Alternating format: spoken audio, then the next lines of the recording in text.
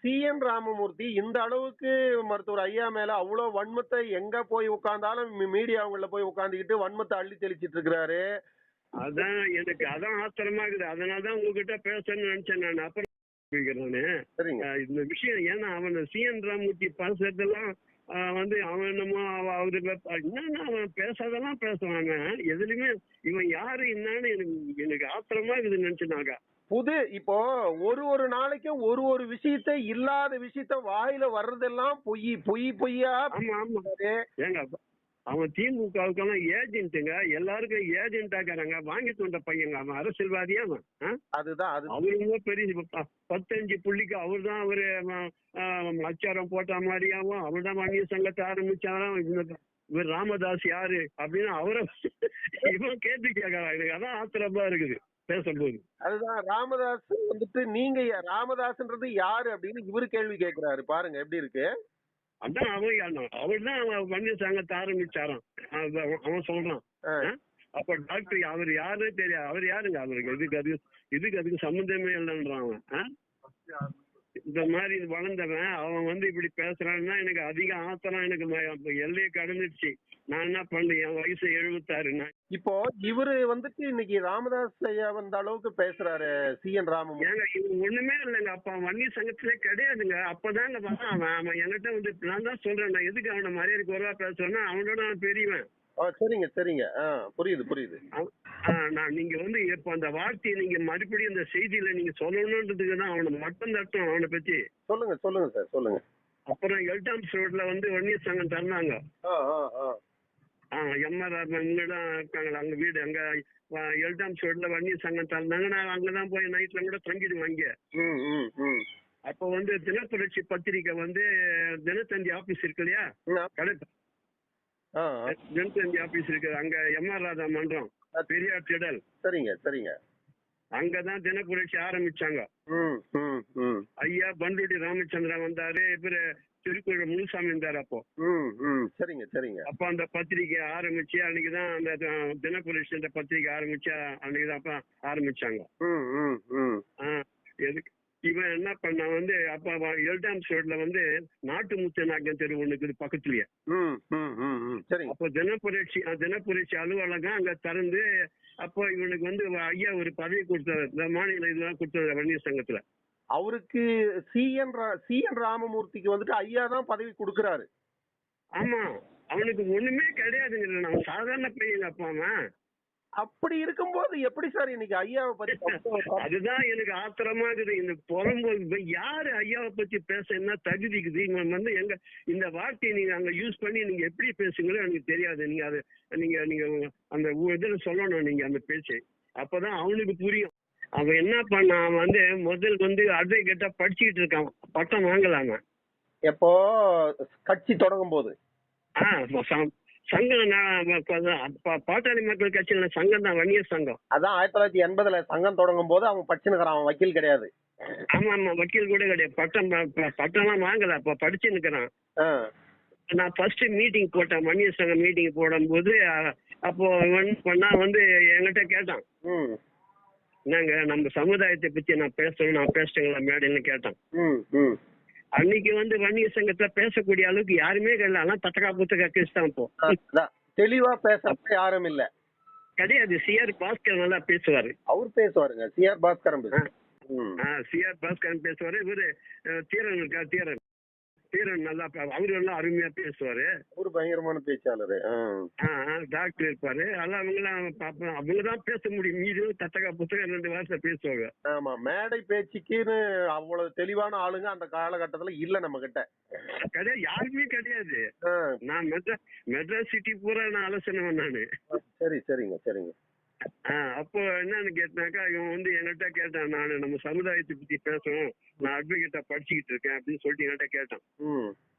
சரி நமக்கு பேச்சாளர், சரி நீ பேசுப்பா. நமக்கு அப்போ ஆள் தேர்ல பேசுறதுக்காக. சரிங்க. அப்போ அவன் மேடை ஏற்றி பேசணும். அப்பதான் அன்னைக்குதான் அவன் மேடை ஏறி பேசுறான். பேச வச்சுவான். அதுக்கப்புறம் கேட்டான், நான் மதுராந்தத்துல இருந்து சங்கத்தெல்லாம் ஆரம்பிச்சு 2 மீட்டிங் போட்டேன். டாக்டர் கலிய பெருமாள் தான் மதுராந்தத்துல பெரிய டாக்டர். அவரு அவர் தான் தலைமை தாங்க வைப்போம். அப்போ அப்போ வன்னியர் சங்கம் இருக்கும்போது மதுராந்தகத்துல டிஎம்கே கொடியெல்லாம் கீசி எல்லாம் வன்னியர் சங்க கொடியா ஏற்றிடுவோம் நாங்க அந்த காலத்துல. எம்ஜிஆருக்கும் கருப்பு கொடி காட்டின மதுராந்தகத்துல நானும் இன்னொரு எல்லாம் சேர்ந்துக்கிட்டு இந்த மதுராந்தகம் ஏறி திறக்க வந்தாரு எம்ஜிஆர், அப்ப கருப்பு கொடி காட்டுற சொல்லிட்டு. இப்போ இவரு வந்துட்டு இன்னைக்கு ராமதாஸ் ஐயா வந்த அளவுக்கு பேசுறாரு CN ராமமூர்த்தி. ஏங்க இது ஒண்ணுமே இல்லைங்க, அப்ப வன்னியர் சங்கத்திலே கிடையாதுங்க. அப்பதாங்க அவன் என்கிட்ட வந்து நான் தான் சொல்றேன், நான் எதுக்கு அவனை மரியாதை குறைவா பேசுறேன்னா அவனோட நான் பெரியவன். சரிங்க சரிங்க, புரியுது. நான் நீங்க வந்து இப்ப அந்த வார்த்தையை நீங்க மறுபடியும் இந்த செய்தியில நீங்க சொல்லணும்ன்றதுக்கு தான் அவனை மட்டும் தட்டும் அவனை பத்தி. சொல்லுங்க சார் சொல்லுங்க. அப்புறம் எல்டாம்ஸ் ரோட்ல வந்து வன்னியர் சங்கம் தந்தாங்க. எம்ஆர் இங்கதான் இருக்காங்களா அங்க வீடு, அங்க எல்டாம்ஸ் ரோட்ல வன்னியர் சங்கம் தந்தாங்க. நான் அங்கதான் போய் நைட்ல கூட தங்கிடுவேன் அங்க. அப்ப வந்து தினப்புரட்சி பத்திரிக்கை வந்து தினத்தந்தி ஆபீஸ் இருக்கு இல்லையா, தினத்தந்தி ஆபீஸ் இருக்கு அங்க, எம்ஆர் ராதா மன்றம், பெரியார் திடல். சரிங்க. அங்கதான் தினப்புரட்சி ஆரம்பிச்சாங்க. ஐயா பண்டுடி ராமச்சந்திரன் வந்தாரு, இவரு திருக்குறள் முனுசாமி இருந்தாரு அப்போ. சரிங்க. அப்ப அந்த பத்திரிகை ஆரம்பிச்சு அன்னைக்குதான் அந்த தினப்புரட்சி அந்த பத்திரிகை ஆரம்பிச்சு அன்னைக்குதான் அப்ப ஆரம்பிச்சாங்க. எதுக்கு இவன் என்ன பண்ண வந்து அப்ப எல்டாம்ஸ் ரோட்ல வந்து நாட்டு முத்த நாயக்கன் தெரு ஒண்ணு இருக்குது பக்கத்துலயே. அப்போ தினப்புரட்சி அலுவலகம் அங்க திறந்து அப்போ இவனுக்கு வந்து ஐயா ஒரு பதவி கொடுத்தாரு, இந்த மாநில இதெல்லாம் கொடுத்தாரு வன்னியர் சங்கத்துல. அவருக்கு CN ராமமூர்த்திக்கு வந்துட்டு ஐயா தான் பதவி கொடுக்கறாரு. ஆமா, அவனுக்கு ஒண்ணுமே கிடையாதுங்க, நான் சாதாரண பையங்க அப்பா அவன். அப்படி இருக்கும்போது எப்படி சார் இன்னைக்கு ஐயாவை பத்தி அதுதான் எனக்கு ஆத்திரமா இருக்குது. இந்த புறம்போது யாரு ஐயாவை பத்தி பேச என்ன தகுதிக்குது? இவன் வந்து எங்க இந்த வார்த்தையை நீங்க அங்க யூஸ் பண்ணி நீங்க எப்படி பேசுங்களோ எனக்கு தெரியாது. நீங்க அது நீங்க அந்த இதுல சொல்லணும் நீங்க அந்த பேச்சு, அப்பதான் அவனுக்கு புரியும். அவனுக்கு நான் பேண்ட் ஷர்ட் எல்லாம் தச்சு கொடுத்தேங்க, பேண்ட் எல்லாம் நான் பேண்ட் எல்லாம் தச்சு கொடுத்தேன் அவனுக்கு. அங்கேயே வீடு வாசல் கிடையாது, அங்கேயே தினப்புரட்சி பத்திரிகையிலேயே அங்கேயே சாப்பிட்டுக்கிட்டு அங்கேயே படுத்துக்குவான். அப்படி இருந்தவர் தான் CN ராமமூர்த்தி. ஆமா, அங்கதான் படுத்துக்குவான். அவனுக்கு வீடு சூனாம்பேடு. அவரு சூனாம்பேடு அவருடைய பூர்வீக சொந்த வீடு. ஆமா, பூர்வீகன்னு சொல்ல முடியாது, அமைதியை விசாரிச்சு அங்கதான் இருந்தான் அப்பெல்லாம் படிக்கும் போது. மருத்துவர் ஐயாவை இந்த அளவுக்கு கேவலமா பேசுறாரு. கட்சியில வந்துட்டு நான் தான் பெரிய பொறுப்பாளரு, நான் தான் அவனை காரணம் இவரெல்லாம் இருக்காருல்ல, அவர் பேர் இப்போ எலெக்ஷன் ஜெயிச்சு அரக்கோணத்துல அவர் பேர் என்ன, ஜெகத் ரட்சகன். இவங்க எல்லாம் அப்போ இதுல இருந்து அவங்க பக்கம் போயிட்டு எங்க அவங்க இவங்க எல்லாம் எங்கெங்கயோ போனாங்க, அந்த கட்சியிலே போயிட்டு வந்தாங்க. அதனால வேண்டி ஏன்னா ஐயா பண்ருட்டியார் கூட ஒரு நேரத்துல வந்து ஐயா அவரு யானை மேல உட்கார வச்சு சட்டமன்றத்துக்கு போய் அனுப்பிச்சு வச்சாங்க. ஃபர்ஸ்ட் அவர் தானே யானை சொன்ன ஜெயிச்சாரு பண்ருட்டியாரு. ஆமா, அவரே வந்து ஐயாவுக்கிட்ட கொஞ்சம் எதிர்ப்பான முறையில தன்னை பாட்டாளி மக்கள் கட்சியை தன் வசப்படுத்திக்கணும், தலைவரா வரணும்னு தானே அவரு ஆசைப்பட்டாரு. அதனாலதானே உள்ளவே வந்தாரு அவரு.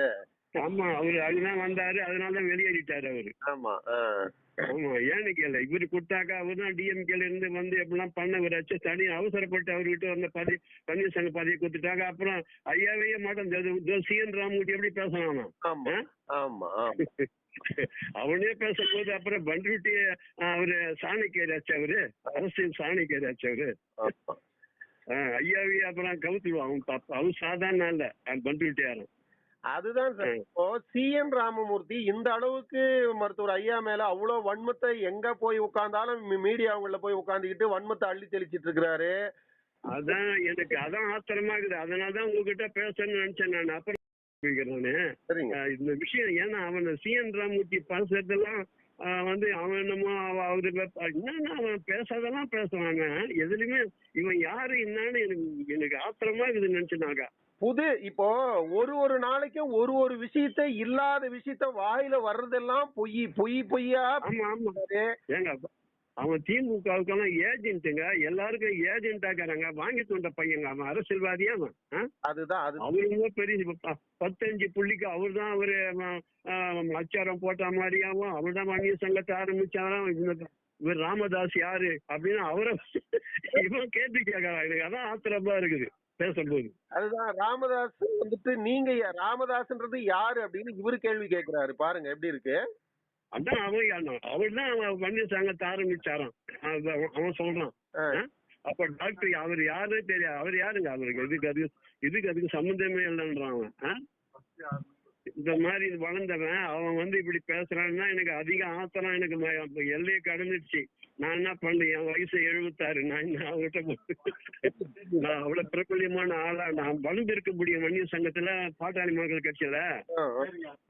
நான் வந்து என்னன்னு கேட்டா ஒரு ஏணிப்படி மாதிரி எல்லாருக்கும் நான் வழி காட்டுவேன், சொல்லுவேன். அவங்க ஆவேசம் இன்னைக்கும் போற இடமெல்லாம் நம்ம சின்னவர் முதலமைச்சர் ஆகணும், அவருடைய கொள்கை என்ன, அவர் திட்டம் என்ன, தமிழ்நாடு வளர்ச்சி அடையினா இந்தியாவிலே முதல் மாநிலமாக ஆக்கணும்னு சொல்லிட்டு பரும்பாடு படுறாரு இந்த சமுதாயத்துக்காக.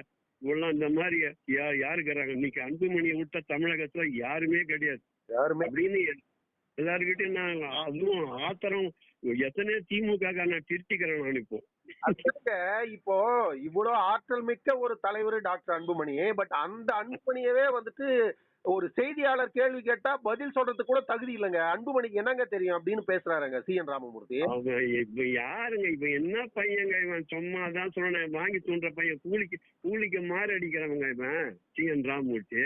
பட் நான் தான் உங்ககிட்ட வெளிப்பட அவனுக்கு நான் பேண்ட் தச்சு கொடுத்தேன்னு சொன்னா அப்ப பாத்துக்க. அப்போ சி.என். ராமமூர்த்திய கட்சியில சங்கத்துல கொண்டு போய் சேர்த்ததே நீங்க தான். ஆமாங்க. அதுல மேடை ஏற்றி பேச வச்சவங்க நான் மேடையில பேசுறேன்னு சொன்னா அப்ப யாரும் சமுதாயத்துல ஆளுங்க பேசக்கூடிய ஆள் இல்ல. அதனால நானும் மேடையில நீ பேசுப்பா நம்ம சமுதாயத்தை பத்தின்னு அப்பதான் நான் மேடை ஏற்றி பேச வச்சவன. சரி சரிங்க சரிங்க சரிங்க. நான் ஐயா கிட்ட அறிமுகப்பட்டேன். ஐயா என்ன வந்து பாத்துருக்காரு, நிறைய வாட்டி பாத்துருக்காரு. சரிங்க சரிங்க. வருவாரு, அங்க வந்து உட்காருவாரு, ரயில் நிறுத்த போராட்டத்தை பத்தி என்கிட்ட பேசுவாரு. அதெல்லாம் நீங்களாம் அங்க வந்து பேனர்லாம் வைக்கணும், செவுத்தெல்லாம் எழுதணும். இது இந்த பத்திரிகை கனல் பத்திரிகை இருக்குல்ல, கனல் அப்ப நட்டுட்டு இருந்தாங்க பத்திரிகை.